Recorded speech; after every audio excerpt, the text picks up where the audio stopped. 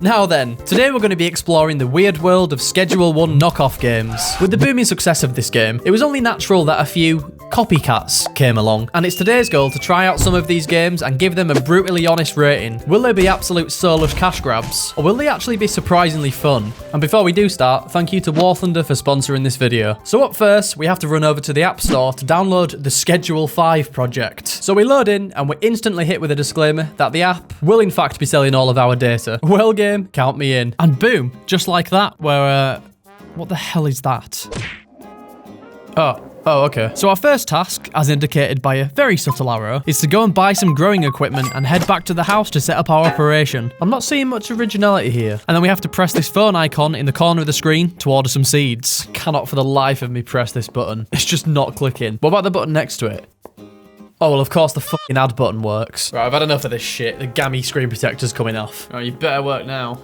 Right, well, there you go. So once we finally did get into the phone, we can order some seeds from our supplier. Basically, a carbon copy of Schedule 1 so far. I won't bore you with the details, so we collect the dead drop, plant, and then water the seed. And whilst that grows, we went to explore the town. Not entirely sure what's happening over there. You know what? I'm not even going to question it. This is the least I expect from a mobile game. So once the plant has grown, we can harvest it and package it up, getting it ready to be sold.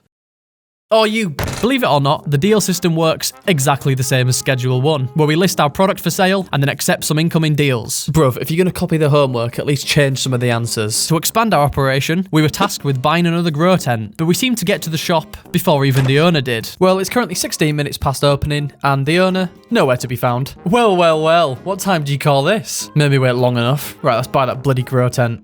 Oh, you fuck! After suffering through another ad, we punished the shop owner accordingly. Wait, where's he off? Does this mean I'm in charge now? Placed down our new grow tent and then instantly found something better to do. Right, I've had enough of this bullshit. I'm gonna play how I want to play. Let me just leave this here. And another one for the collection. Just give me a couple of minutes. There we go. That should do it. Now, surprisingly, I haven't actually had an ad since doing my own thing. So it looks like I actually found the correct way to play this game. Someone in the comments is asking if the game saves. Looks like they answered their own question. Oh, well, this is cute. Oh, looks like we're straight into it. So just like the actual game, we've got a map and some key locations we can go between. This is giving serious flash game energy. And we can use a grow tent to pour in some soil and plant our first seed. Once our seed has grown, we can harvest it and deal it to one of the only 2 NPCs in this game. I like how we're so clearly growing weed, but apparently we're selling pears. Here you go, Frank. Here's your pear. So we can order more seeds, collecting them from the dead drop, and invest in another grow tent to scale up our pear empire. Wait, they've added a developer console. Can I just give myself some money? Oh, well, so the goal of this game is to buy all the properties, and we need $800 to afford the next one. So we did a bit more dealing and growing until we saved up enough to buy the motel. This town is not ready for the amount of pears I'm about to sell to everyone, with our final goal being to save up $6,000 for the bungalow. And with 2 properties growing pears, you'd think we'd be there in no time. Absolutely not. I hate to admit it, but it took over 2 real-life hours to save up to finally buy the bungalow. Now, obviously, I'm not going to show that footage because, well, it was a lot of... Once we were in the bungalow, we could upgrade to grow pots to maximize our pear growing efficiency. And once we'd maxed out on those, I think we'd finish the game. I mean, there's not an actual ending, which I suppose means the last 2 hours of my life have been almost meaningless. And really quickly, before we move on to the next game, I'd like to introduce the sponsor of today's video, War Thunder, the most extensive vehicle combat game ever made. Available for free on PC, console, and mobile devices. Take command of over 2,500 tanks, planes, helicopters, and ships of 10 major nations. Control everything from armored cars of the 1920s to fighter jets and battle tanks of today. Each vehicle's modeled down to its individual components, like here, where we can even see the crew. Get yourself stuck into intense combat where realistic graphics and sound effects put you right at the helm of the most powerful war machines of our time. There really is a game mode for everyone, from arcade mode for those that like a more fast-paced experience, realistic mode, and my favourite, simulator mode, where you can ditch all the guardrails for a proper experience. You can even customise your vehicles, with a comprehensive system allowing you to add camouflages, historical markings, and decorations. Join a community of over 70 million players from all over the globe, and even join from your mobile device with the new version for iOS and Android. Play using my links in the pinned comment or description, and all you new players or those who haven't played in at least 6 months can get a massive bonus pack on PC or console with premium vehicles, in-game currency, and much more. Sign up quick because it's a limited time offer. Thank you again to War Thunder for sponsoring this video. Right, here we are in the lobby. Oh my god, what is that? What is that absolute creature? Oh my god, now there's two of them. I can't help but notice that the lobby is just littered with microtransactions. How much is it to actually buy this? 5 quid? Absolutely not. So we spawn into the game, already been told what to do, and since there's not much else to do, given that we're in what looks like the middle of a desert, let's listen to the game. We can pick up this seed and go plant it in the garden. Can we plant this out of bounds? Yeah, right here should do. Oh no, apparently we can't. Fine, have it your way. Oh, we can drop our money. Wait, can we really just type zeros forever? Let's see if this game's been tested properly. Damn it, I didn't expect a Roblox game to actually work. Once our plant is grown, we can go and package it into a jar for some reason. And you might have noticed that we're not dealing with weed here. There must be something in the Roblox terms and conditions against drugs, which, you know, is understandable, it being a kid's game. And once the first delivery pops through, meet me at my house. Oh yeah, real smart, Matthew, because I know exactly where that is. We can hop into our car and drive into town to get started. I love how our car has a rear view mirror, but there's really not much use for it. I'm gonna open this door, you know, just in case we need to bail out, and then make it straight into the city, which was filled with some strange residents, to say the least. And whilst taking a shortcut, we managed to get our car stuck on a tree. Well, that ain't good. And to top it off, our deal expired, so we had to make the next one on foot. Hello, sir. You ordered some not drugs. Pleasure doing business with you. Oh, all right. Using that money we got from the deal, we can go and buy more seeds, since something tells me the people of this town aren't going to turn down more deals. Why is everyone walking like they've shat themselves? So it's at this point that we're given our end goal, to save up $100,000 to buy a plane ticket out of this place. So if we are going to leave anytime soon, we need to go and buy some more seeds, and then drive back to the farm. Oh shit, we're running out of fuel. Wait, was that the Netflix sound? Well, we might as well find out what happens when we do run out of fuel. Oh, all right. We just keep going. Well, there you go. We made it back on an empty tank. Oh, wait. It really does just keep going. I don't think we're going to be seeing that car anytime soon. All right, let's plant this bloody seed. Wait, what was that? What was that blue thing that just flew across the screen? Was that the car? Once our seeds have grown, we can head back into town to sell our new product, which seemed to have some strange effects on our customers.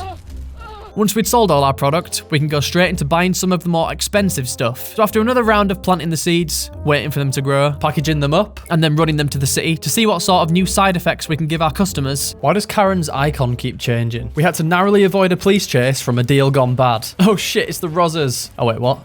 Oh, okay. Okay, I think we're fine. And we've finally made some money, but only about 5% of the amount we'd need to finish this game. It's all well and good making 5k in a day, but I've just got to spend that all on seeds for tomorrow. Well, there goes all our money. So after planting all the seeds in a single spot to grow an absolute abomination that should probably be burned, and then literally one by one packaging the seeds, a process that took about 15 real-life minutes, I felt like I was working shifts in an Amazon warehouse. No toilet breaks here, and you get the gist of the hellscape that was this game at this point. If you're wondering why there's an out of fuel sign just flashing on my screen at all times, I didn't realize that respawning the car whilst you're in it would cause this much of an issue. And to be honest, I started debating if I really wanted to actually finish this game, you know, with it being a Roblox knockoff. What are these guys doing in here? Are you guys not supposed to be on the job? Surely we can just leave early. Maybe this angry looking man will let us on.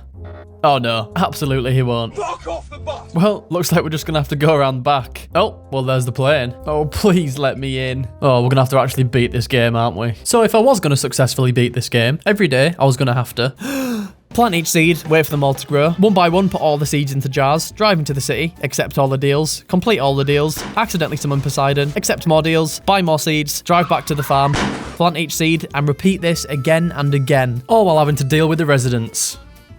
Can I help you? So I had two options here. Option one, firm the 8 long hours it was probably going to take to beat this game and put up with the increasing amount of manual labor. Or option two, find an exploit to cheat our way to the end. And I'd like to say that I found a nice little exploit to duplicate money, but unfortunately, it wasn't until I'd already played over 5 hours of this game that I finally discovered a naughty little trick to solve all our problems. If we go and collect some of the seeds that we've ordered and then drive back to our farm, instead of planting them, we can then just leave the game. And upon joining back, nothing seems too out of the ordinary so far, other than the tutorial appearing again, but don't worry about that. But here's where you're very wrong. For some reason, the game now treats all of these jars of seeds as jars of fruits, ready to be sold to customers. Essentially, we managed to completely skip both the growing and packaging stage. So we can now take our seeds and head right into town to distribute our totally legitimate products. And the customers, they don't know any different. But I do think the police were starting to get onto me.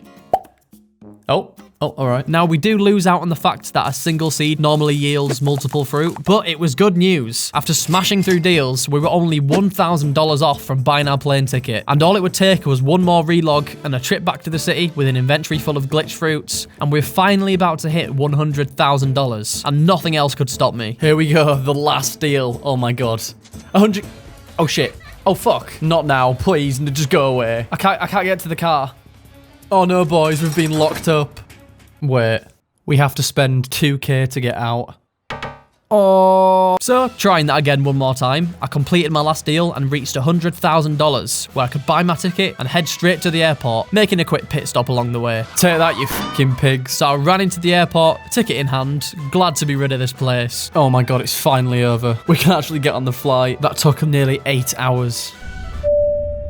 Ladies and gentlemen, this flight has been cancelled. Oh, you fuck!